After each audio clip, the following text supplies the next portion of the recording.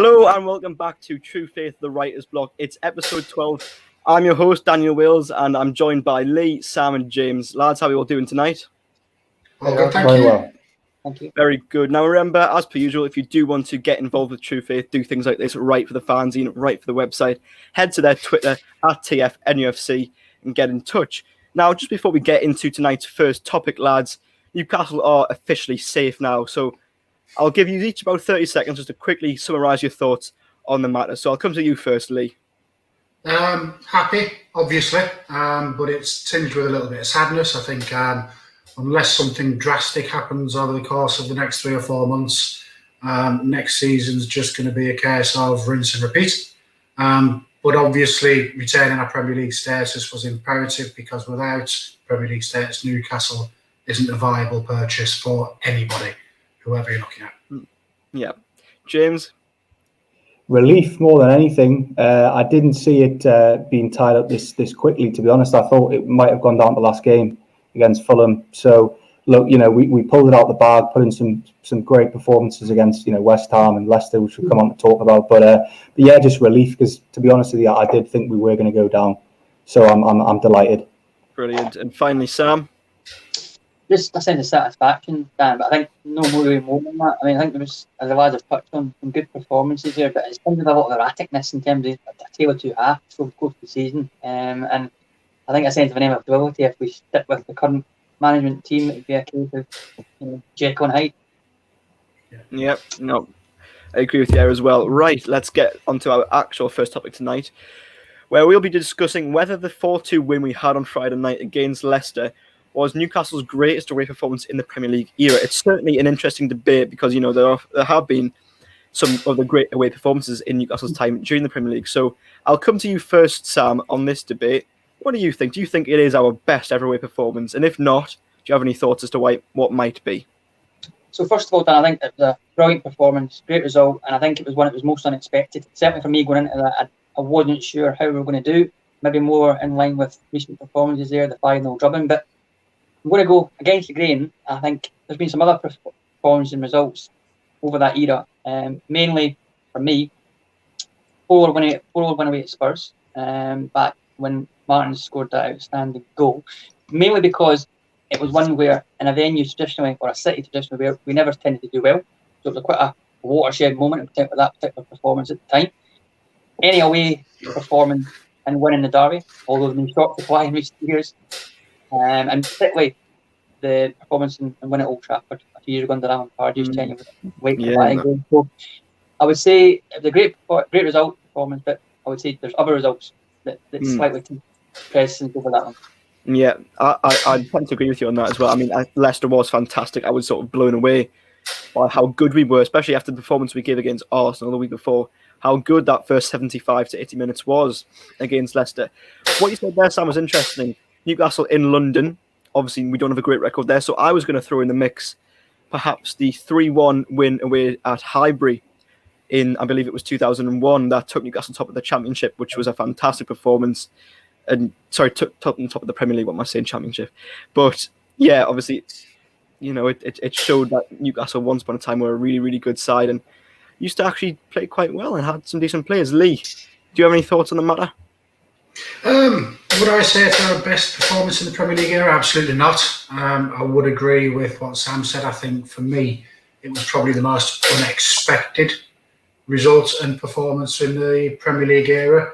I'm going to hark back to the early days of the Premier League, 93, 94, 95, 96 and so on. When we were going to teams and we were literally just sort of taking teams apart. We were controlling games from start to finish. A couple of really good examples I would suggest would be the likes of Bolton, 95-96 season in the burgundy and blue Grandad kit. We won 3-1. I think it was potentially Monday night, early doors in the season. Ferdinand was absolutely on fire. He was virtually unplayable, got 2 goals. Rob Lee chipped in with 1. I remember going to Leicester in 94-95 when we had a really, really strong start to the Premier League season. We won 3-1. Carl, Robbie Elliott, Peter Beardsley put them to the sword that day.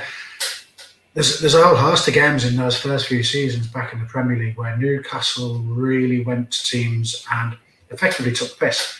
Oldham, we went to Liverpool, won 2-0. Everton, a couple of games we went there, Ferdinand in a 3-1 win, Colin Beardsley in another 2-0 win and what have you. And those were more complete performances where we dominated possession and the opposition just couldn't lay a glove on us. But what I would say is, Friday was, I was going to watch Friday night from behind the settee. It was the most unexpected and therefore probably one of the most enjoyable away performances I've seen in the Premier League era because it was such an unexpected result and performance. Because make no bones about it, Leicester are a very, very good side. They're third in the league, fourth in the league for a reason. Yeah, no, I agree with you on that. Certainly, as you say, it was massively unexpected, and given the way that we performed against Arsenal the week before, which was a really poor performance, we just didn't have any sort of, aggression or passion on that game whatsoever. So, the moment that we took the lead with Joe Willock scoring again, James, did you think that we were going to be on course of victory from that moment, or did you think this is just a slight moment where we're taking the lead, but Leicester will come back into it and win the game? Did you expect us to suddenly go off and score another 3? No, I didn't. I don't think anyone did, but we started brilliantly. And look, it was a brilliant performance from start to finish, pretty much forgetting the last 10 minutes. But from the get-go, we played with a purpose. We had high energy. We were clinical. I mean, there seemed to be a plan in place for a change, which was nice to see. Did I expect us to score 4 goals? Absolutely not. But look, it's a cliche, but you lose as a team and you win as a team. And on Friday, we played like a proper team for once. And I did the player ratings that night for True Faith. And I think I gave out 3 8s, 5 9s, and 1 10. I mean, we were magnificent. As I say, bar that last 10 minutes, which did take a bit of a shine off it. But on the whole, we were just ruthless, clinical. I mean, it was like watching the entertainers in full flow, and I know Lee obviously mentioned them before. And look, yeah, we did have a few nervy moments at the end with that save that Dubravka had to make from Jose, which was absolutely sensational. And look, I've been critical of him this season. A lot of you will know that. And I thought Darlow was very unlucky to be dropped after some of the performances. Especially the Spurs game, which I've talked about on the show before. But I think it's safe to say now, Dubravka is absolutely nailed down that number 1 spot, and with that performance, and especially the one against Liverpool a couple of weeks ago, which I thought was an even better display. But look, on the whole, on Friday night, we were terrific. I said in my player ratings piece, it's nights like this that make all the suffering of supporting this club worthwhile, because we don't get many of these and these nights, and when we do, they really are special. Beating a side of the caliber of Leicester, as Lee mentioned, top 3, top 4 for a reason. Beating them on their own patch, and not just beating them, by the way, we battered them, we embarrassed them at times, and it just makes you think how good we could be with a different manager and a new owner, because we've got a really talented squad of players. And we've proved this season that we can compete with the likes of Leicester's, Everton's, West Ham, Spurs, and we can get the better of them. And look, we've picked up 17 points from those 4 teams this season. We've beat West Ham twice, we beat Everton twice, and that's where we should be aiming to be as a club, just outside that top 6, knocking on the door. And I genuinely think we can get there with new ownership and certainly a new manager with this squad of players. James, I think James. Go on. Sorry, I was just going to mention. You said it was a complete performance apart from the first 10 minutes or so. I would. No. I mentioned it in the last 10 minutes. Sorry. I thought for the first 5, 6, 7 minutes we looked a little bit. Leicester dominated possession, the Penders back and what have you. I would put the Alan St. Maximin miss down as a critical moment, because all of a sudden I think the team themselves realised we can get at these. We've got the pace on the counter-attack to get at these, and I think that was a pivotal moment. Because the first 5, 6, 7 minutes, I was looking at this and I was thinking, this could get messy. But that just seemed to be the catalyst that sort of saw a bit of confidence flow through the tide. And from that minute onwards, when we realised, actually, we can get after these, we just picked them off on the break, time and time again. Yeah. I think we'll have to say Evans getting injured in the warm-up certainly, contributed to Leicester and how they performed, because, they were poor that night. They were very, very poor. But look, we took advantage. As I say, we were ruthless, we were clinical, and we were well-deserved winners. Yeah. No, what I was about to say there, James, is that you took the words out of my mouth. I was about to say that, how frustrating is it that we can perform this good at times, so why does it not happen all the time? It's evidence that we have a talented group of players, but maybe it's evidence also that we have maybe a lack of squad depth. That certainly that when those players who shone in this game aren't fit, that we do struggle, and that it's shown, and of course the managerial issues as well have proven that. But Sam, for you, how frustrating is it that a game like Leicester shows how good Newcastle can be with this group of players, but the fact that it doesn't happen all the time and hasn't happened all the time this season? I think we spoke about this well, Dan, recently. Previous player, I think I said to you at the time, and I've said recently as well, that I think it's caveat in terms of if we've got a nucleus there, a decent squad there, and we can perform against the so-called established sides, like a West Ham, Leicester, and Everton.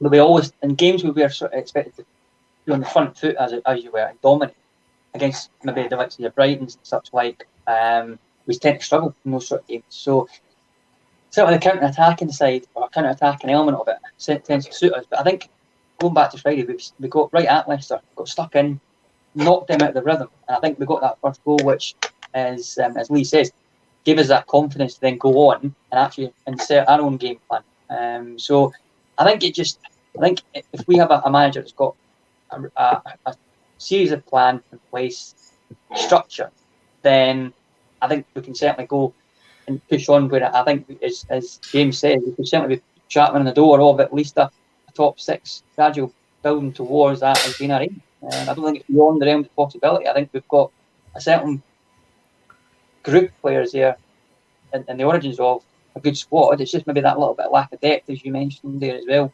which is possibly where we've got that little bit of inconsistency. But I think that comes down to managerial structure and having a manager who knows that tactical nuance regularly.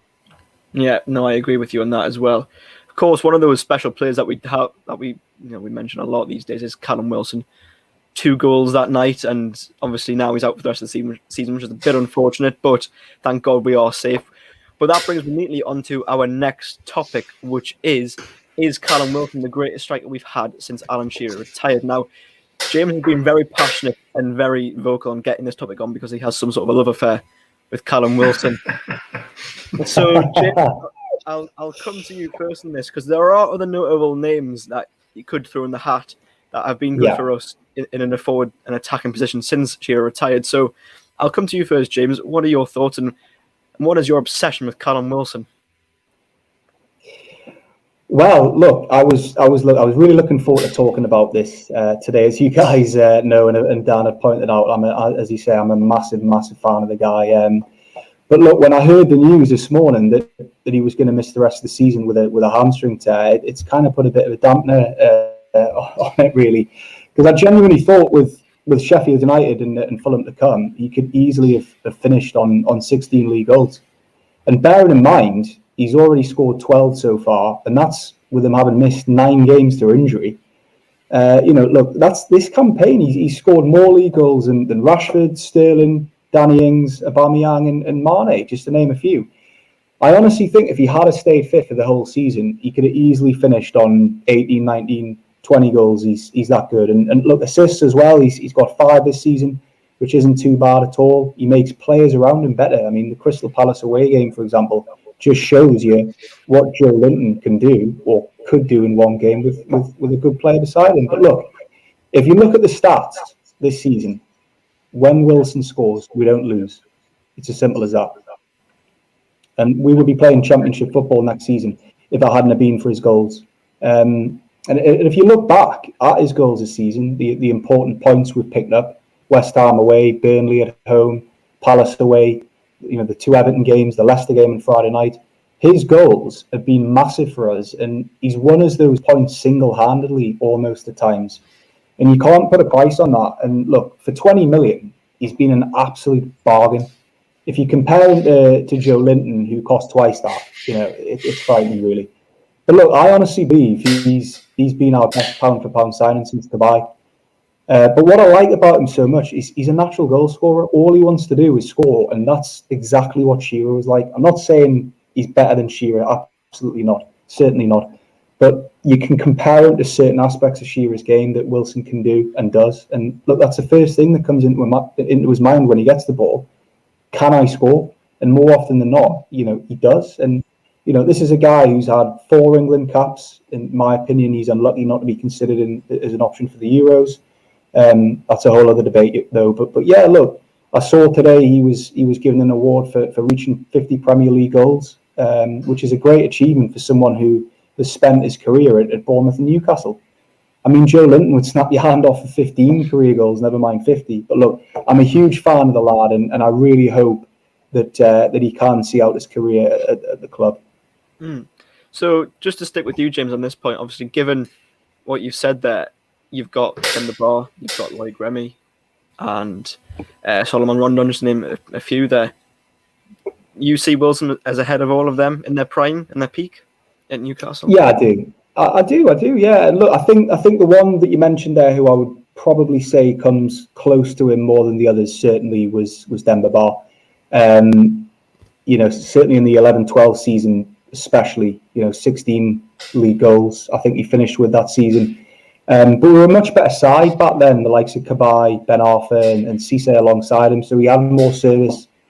And look, we finished 5th that year. And yeah, look, he was brilliant, don't get me wrong. But I think put Wilson in that team, I think Wilson scores more goals than Demba Ba that season, that 11-12 season. I think Cisse, was another one who you could mention, certainly, who would have to be considered, someone who could probably, in my opinion, was close to him, and the human highlight reel, as I used to call him. But look, with Cisse, he really tailed off near the end of his spell at the club and just looked lazy and sluggish at times in his last season, and never seen a player offside more than him in that last season. But look, yeah, Cisse scored some incredible goals, as we know. But for me, I'm having Wilson ahead of the two of them. Simple as that. Fair enough. Lee, I'll come to you next. What are your thoughts? Would you put Wilson ahead of those mentioned there? When I was thinking about this earlier on, before we started recording, I was thinking to myself, what am I looking for in a complete forward? Now, I've got a list of things that I was thinking about is you need pace, you need power, you need to be able to hold the ball up, obviously heading ability, shooting ability, you need to be a team player, you need to be clinical, you need to have a bit of arrogance, you need to be a bit of a shithouse. Remember the scene where Shearer shithousing Roy Keane and getting him sent off? You need a whole host of those elements in your player to be classed in my book as a real top-notch centre forward. Now, you talked about Cisse, Rondon, Ba, like Remy and so on. I don't think any of those players had all of that in their armour. I don't. I think there was elements that they did have, clearly, but I don't think you could look through that list I've just gone through and say they had all of them. I would go along with James and say that Wilson has an element of each of those in his armoury. I mean, his arrogance is fantastic. I love his arrogance. When he was interviewed on Friday night and he was talking about himself in the third person, typical Wilson, I love that. As a forward, you've got to have that arrogance. But if you look at pace, he's got pace to burn. Power, hold-up play. He's as strong as an ox. He can head the ball. He's got a shot like an ox. He has. He's a team player. He can hold the ball, and he's clinical. So for me, yeah, I'm going to go along with James and say that overall, he's the most complete centre forward we've had since Alan Shearer. Honourable mentions for Shefki Kuki and Islam Slimani, obviously, and Shara Amiani. But no, I think Wilson's just that little level ahead of any of those forwards that we've mentioned so far, based on that list that I put together earlier. Lee knows what he's talking about. Lee knows what he's talking about. Come on, you've got to give some respect to Shefki Kuki and Islam Slimani. Come on. Brilliant. And then, Sam, I'll come to you on this as well now. So we've had 2 votes in favour of Wilson. Is it going to be 3 out of 3? I'm going to change tack ever so slightly, Dan, because two of the guys that mentioned have actually been referenced already. But for me, I think I would echo James's point to an extent. Outstanding by. Without Callum Wilson, Alan St-Maximin, Almiron, and Martin de Bravka and Carl Darlow, I think we would have been relegated well before, we would have been right down in the mire. But if Callum Wilson had a regular striking partner, I know that now one up top, one main striker is the way to go now, tactically, but if Callum had a main striker, a la Abba and Cisse, I think he would have scored even more goals, ironically, and that's no struggling side. But I'm going to reference two out of the three, and all three that you mentioned there. I think Cisse and Dembaba as a partnership, outstanding. And I think just not a slant on Wilson because he's a main striker on goal, but I think those two, prolific wise, in a very attack-minded team at the time under Alan Pardew, are slightly ahead. And Solomon Rondon, very similar style to Callum Wilson, actually, in terms of, again, his sort of playing style. The reason I picked Rondon there and Van Cisse for the partnership purely, and Rondon, because he was in a very struggling Rafa Benitez team that didn't create an awful lot of chances. Now, granted, at the moment, we're not creating an awful lot either, but I think Wilson showed that he can certainly finish off the back of that. But I've picked Van Cisse purely because of those partnerships that formed in that under Alan Pardew's opinion. Yeah, I see where you're coming from, Sam. I would agree with you. Obviously, the partnership between Bar and Cisse was fantastic, and obviously contributed to, I think, 29 goals that season in total. I think, did Cisse get 13 and Bar 16? And then that's right. Yeah. That they were fantastic. And of course, then Loic Remy, who played a bit alongside Cisse as well and did well, and then Rondon, of course, alongside Perez. I mean, you could even throw Perez into that, but of course, not really an out-and-out striker, but still managed to get a decent amount of goals every season. But I think I'm tempted to agree, yes, with you, James and Lee, about this, because I agree with sort of Lee's point in saying that he has elements of all what you'd want for and look for in a striker, sort of pace, strength, sort of reading the game, arrogance, cockiness, you could even say, and selfishness as well. Striker's got to be selfish. And yes, all the others had elements of those, I'd say, but not to the extent of Callum Wilson. So I'm tempted to agree, which I think is a nice way in which to bring on to our next topic, which is also about strikers, but two that we no longer have anymore. So we're going to be discussing, was it a mistake to sell Ivan Toney and Adam Armstrong? Of course, two strikers who are now at Brentford and Blackburn respectively and have finished top and second top in the goal-scoring charts in the Championship this season. So they've both had fantastic seasons. Both, of course, as I mentioned previously, on Newcastle's books and were let go. So I'll come to you first on this, Lee. Was it a mistake to let them go? No, I'm going to say no, because I think hindsight's a wonderful thing. True. When those lads were at Newcastle, they're clearly, whenever they got the chance in the first team, which was admittedly rare, they clearly weren't ready for the Premier League. Newcastle took a risk, and I think it was Benitez who took a risk with at least one of them, loaned them out and allowed those deals to become permanent. I think it's difficult unless you've got a Wayne Rooney type, who clearly from the age of 16 has the ability and the mentality to make it in the Premier League. I think with players like Ivan Toney and Adam Armstrong at the age they were, because I think Armstrong was potentially pushing 20 when Newcastle took the decision to let him go.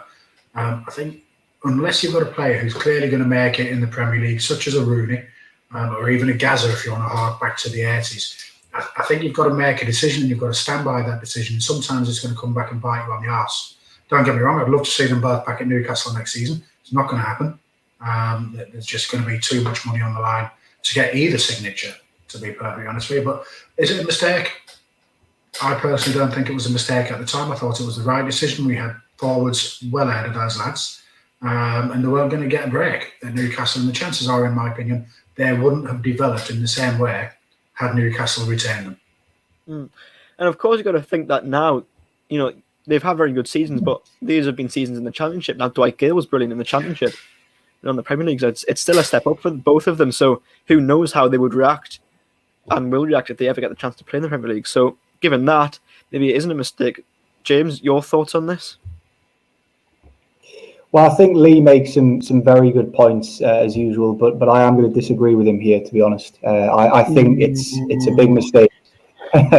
letting certainly Toney go, possibly not Armstrong. But I want to just talk about Ivan Toney actually and his numbers this season, which have just been ridiculous, to be honest. 31 goals and 10 assists he got in the Championship. I mean, that's incredible by anyone's standards. And look, this was a guy we sold for £650,000. Unbelievably bad business from the club. I mean, look, he was never given a chance at Newcastle, as Lee pointed out. I think he started one League Cup game in the time he was here, which is crazy when you think about it. But look, 40 goals for Peterborough in 2 seasons. Granted, that was League One, but still good numbers. And you've got to say though, this season, as I mentioned, he's been a revelation. Still young, still, he's 25, I think he is, and helped Brentford single-handedly, virtually, secure third in the Championship and just missing out in the playoffs. And for me, he's been probably the best player in that division this season, possibly second to Buendia at Norwich. But you can guarantee Toney will end up at a top Premier League side next season if Brentford don't go through the playoffs. And I can see him being a big success in the Premier League, a bit like what Ollie Watkins has done at Villa this season, coming from as I mentioned, Brentford again. But yeah, Toney, I like him a lot, and he's a top player. I watch a lot of football, lads, and I do watch a lot of the Championship as well. And he's a very, very good player, clinical, ruthless. Do you think he would have developed if he'd have stayed at Newcastle and spent 2 or 3 years kicking around the first team? Well, what I would have done was I would have sent him out on loan. I would never have sold him, and I would have sent him out on loan continuously, and then arguably a bit like what Willock's doing right now. And then when the levels he was hitting, these numbers, I would have said, right, you're playing next season. You imagine him, Maximin and Wilson, front three together next season. That genuinely, that's a really good front three in my eyes. It's not Liverpool front three level, but it's a hell of a front three, and they'd score a lot of goals. But I would actually like to mention, it's unfair if I don't mention Adam Armstrong, because he's still a hell of a player, but look, not on the level of Toney, and I think you've got to give him credit for what he's achieved this season. And it's a guy who's had a lot of setbacks in his career, especially when he was at Newcastle. Local lad, 4 different loan spells I think he had. He had a really tough time at Barnsley, and it didn't work out for him at Bolton. But it just seems to have clicked for him at Blackburn, and 28 league goals this season in the Championship in a team, let's be fair, like Blackburn, who finished 15th this season. It's got 28 goals in a team of that caliber. It's a good achievement, and again though, bad business letting him go for, was it 1.75 million? I think I've read, which is, that's just nothing in today's game. And I think, look, you can understand this one a little bit more than the Toney one, because Adam Armstrong did get chances at Newcastle. I think he had 17 starts for the club at the time he was here, but he didn't really seem to take them. But he was a young lad at the time, and he was still learning his trade then. But now at 24, he looks like he's going to be a top player, and maybe not a Premier League player, possibly a very high-level Championship player. But look, good luck to the lad, and he's a local lad, and I'd like to see him do well, and I hope he continues to go from strength to strength. Yeah. Now, Sam, obviously, there have been rumours, of course, that Newcastle might be interested in bringing one or both of them back. Whether this actually happens is probably quite unlikely. I can see Lee shaking his head and smirking already. But I don't know. Would you like to see either of them return to Newcastle? Obviously, Jim mentions there Ivan Toney alongside Wilson, St-Maximin. That could work out really well. Do you think that if we brought one of them back, they'd get chances and they'd do well for Newcastle? There's always a chance, Dan. I think the 2 players that you mentioned there, I think certainly Adam Armstrong, local lads, came through the ranks, as it were, and broke through. If you're young enough, you're good enough.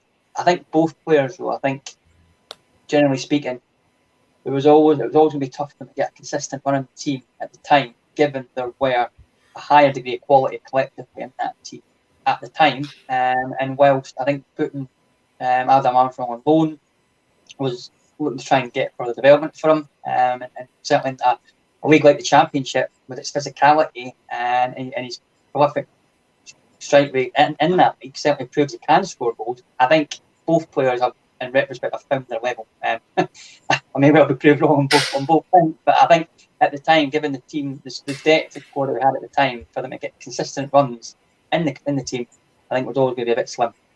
So I don't think there's any. I personally think it was a mistake to let either go. So James, on that point, would you say that Ivan Toney is a potentially Premier League player standard sort of thing, but Adam Armstrong is sort of more level? His levels at the Championship. Is that the way? Yeah, I mean, yeah, I think that's a very, very good way of summarising it, to be honest with you. I think if you look at Toney and what he brings to the table, he's more physical than Armstrong. He's got better pace attributes. If you look at his hold-up plays better, if you compare the two side by side, you have to say Toney is the far superior striker than Adam Armstrong. Not to say Adam Armstrong's not a good centre forward. He's a very, very good player. Probably similar to a Michael Owen, maybe nowhere near as good as Michael Owen, but that kind of similar style. Have you just praised Michael Owen? Well, look. Michael Owen had some good games for an England shirt, didn't he? Let's be fair. Forget about what he did at Newcastle. But I know. But look, no, for me, Ivan Toney would walk into most teams in the Premier League now. I mean, I mentioned Ollie Watkins before, and what he's managed to do at Aston Villa, and no one saw that coming, and no one saw that transition that he's made. But I think this adage that people have now of Championship centre forwards can't make it in the Premier League is a load of rubbish. I don't know why people keep bringing it up time and time again. I understand it to a point because, there have been examples of it not working in the past, but the game's different now. Players are a lot fitter. They're better footballers. The Championship is a very hard division to get out of now. And that's why I've said that in several writers' blocks before, if we are to go down, we certainly would not come straight back up like we did in the two previous times. Championship's a very, very competitive league now. And yeah, I certainly think Toney could do a job for West Ham. I know Mikel Antonio's putting the goals in there, but he's not a natural centre forward. He's more of a wide forward. I think Wolves could have done with someone like an Ivan Toney this season as backup to Raul Jimenez, who of course had that terrifying head injury. But look, watch this space with Toney, guys, because I certainly think he's going to be the next big thing. I really, really do. Yeah. If I could just, whilst I said I didn't think it was a mistake, I think back to the time when we released both players. I think it was Pardew potentially who released Armstrong, and I think it was Rafa who released Toney. At the time, I didn't look at that and think the end of the world was nigh. There were players that were sort of squad players, didn't see them getting a chance, and I didn't see it at the time as a mistake. Hindsight, as I said at the very, very start, is a wonderful thing. And I think when you look at it now and what those lads have gone on to achieve in the Championship, you would have to look at it and say that, yeah, in hindsight, it was a mistake to let them go. But ultimately, it's the job of the managers or the coaches to be able to identify those players that they see something in and they think this player is going to develop over the course of 3 or 4 years. And those players who actually are just going to become a Division 1, 2, 3 level sort of player. And the mistake, I suppose, is on the part of the coaching staff that we had at the time. And yes, that is a criticism of Benitez. He's missed a trick with Toney. Yeah, absolutely. Yeah. I think what's interesting there is obviously, maybe it says that the academy and development there isn't brilliant. The fact that they haven't sort of seen the potential with them, but then also it suggests that the recruitment team, who maybe did see the potential, because of course, Toney was brought in, Armstrong came through the ranks. So what does that suggest that the academy maybe has issues, but the recruitment is good? I'll come to any of you on that one. Anyone can chip in. I think the recruitment is at best scattergun at Newcastle, and I think it has been for a while. I think as much as he came in for a lot of criticism, I think Alan Carr was the one person who had a consistent approach. Do you mean his dad, Lee? No, I'm talking about Alan. He was feeding his dad the information. Alan was pulling the strings, wasn't he, behind closed doors? I knew about it. I do think. Sorry, you've caught me out on that. I do think Graham Carr was the one who had a consistent approach in terms of the style of player he was looking at. Since he left, I think it's just become very, very scattergun, and it's all driven by the market value, shall we say, and the sell-on value. So yeah, I think the recruitment leaves a lot to be desired. It has done for so long at Newcastle. I think with our recruitment guys, it's either a case of we get a brilliant player, we get an absolute shite player. Sometimes it's kind of no really in between. If you look at Joe Linton, terrible. But then on the other end of the scale, you got Maximin and Wilson, who appear to be absolute bargains. And if Maximin leaves in the summer, you could imagine certainly you would get twice, if not maybe 3 times more for him than what we paid for him. Yeah, I think you're right on that. Recently, we have had maybe one good player for every one bad player. Obviously, you mentioned those there, and then obviously you've got Almiron, good player, but then you get Emil Kraft.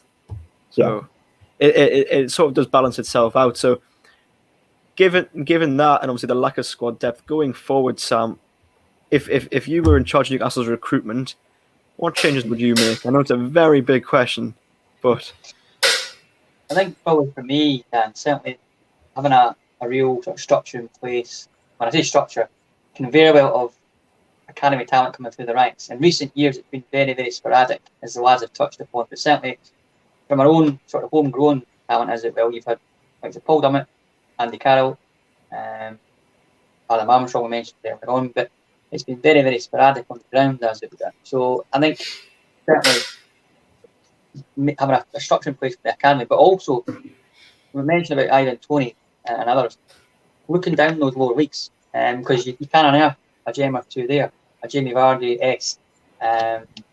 or a Dele Alli, a Harry Kane, players that went out on loan for the lower leagues and worked up through the ranks. So certainly just a scouting system in place, similarly to what we had when we had the sort of Graham Carter approach of the influx of French players, albeit there was probably more detractors there than good players. But there is definitely a pool of players we've got or there certainly being able to identify players that are of that talent. Maximin being one, Hatton Ben Arthur. So I think just a bit more of a sort of robust structure in place. What does that also say about the? I was just going to say, what does that say about sort of the coaching that's going on as well at the club? Because you think that we've brought some players in, especially in the Graham Carter, that at Newcastle weren't brilliant at all. I'm thinking Luke de Jong. I'm thinking Florian Thauvin, who were terrible at Newcastle but have gone on to greater things and have became better players. What does that say about the coaching at Newcastle? And obviously there's been different coaching teams in, but just say that at times, obviously we have had a lot of good players in, as we mentioned, Callum Wilson, etc. But does it say that we can be the ruination of a player at times as well? I think Newcastle's scouting team sometimes are on a bit of a hiding to nothing, particularly at the moment. The club itself has got, or the first team itself has got no discernible style of play. And in any football club worth its salt, the players that you look to recruit is driven by your first team and your first team coaches in terms of this is the style of player and this is the type of player we want. Well, 2 years into Bruce's reign, he has no style of play. He doesn't know who his best 11 is. So what do your recruitment team go and scout? Bruce should be going to his recruitment team and saying, right, this is the way I want to play football throughout the club, all the way down to under 7s, under 8s as such. And therefore, these are the type of players that I want you to scout, and we want to bring those players into the club and we want them to play this style of football for 3, 4, 5, 6, 7 years to get them used to what we're actually trying to do. But there's nothing in place like this is the way we want to play football and this is our style of play. So the recruitment team for me gone a bit of a hide into nothing. Again, it goes back to that scattergun approach that I mentioned earlier. They need guidance from the first team down in terms of what type of players the club is looking to recruit. Yeah. Any other comments on that before we sum things up, lads? Well, I'll just like to say one thing that I think, again, Lee makes some good points there. It's about the ethos, the mentality, the structure of the club. And we, unfortunately, we don't have a winning mentality as a club anymore. But you look at the likes of, let's say, Leicester City, for a good example. They don't have the money that Man City do or the Liverpools of this world, but they identify targets and buy well. And you look at James Justin, for example, who's been brilliant this season, Timothy Castagne, of course, Perez, who they got from us. yes, there might be a selling club in terms of, you know, Harry Maguire and Riyad Mahrez, but with that money, they invest wisely and they don't just spend it on rubbish. You know, I could never imagine Leicester buying someone like a Joe Linton. It wouldn't fit their philosophy. If you could replicate, very well easier said than done, but if you could replicate that kind of structure, you know, you've got a chance of winning things as a club. Yeah. Anything else to add, Sam, or can we wrap things up? I think it's one of those ones where it just shows that the players that you mentioned, just Toba and others, when they went to the continent, they've excelled. So potentially that continental style of coaching, and certainly under Rafa Benitez's tenure, we saw that he brought on not just the collectives, but brought on individual players. I think under Steve Bruce's reign, our collective team and players have progressed alarmingly in the opposite direction. Yeah, no, I agree with that completely. Well, I think that does sum things up for tonight. Thank you all very much, as per usual. And of course, remember to head to @TFNUFC on Twitter and get in touch if you want to get involved. So with that being said, thank you all very much for watching. I hope you have enjoyed Writer's Block once again. And we'll see you next time. Goodbye. Cheers, guys. Bye-bye. Cheers.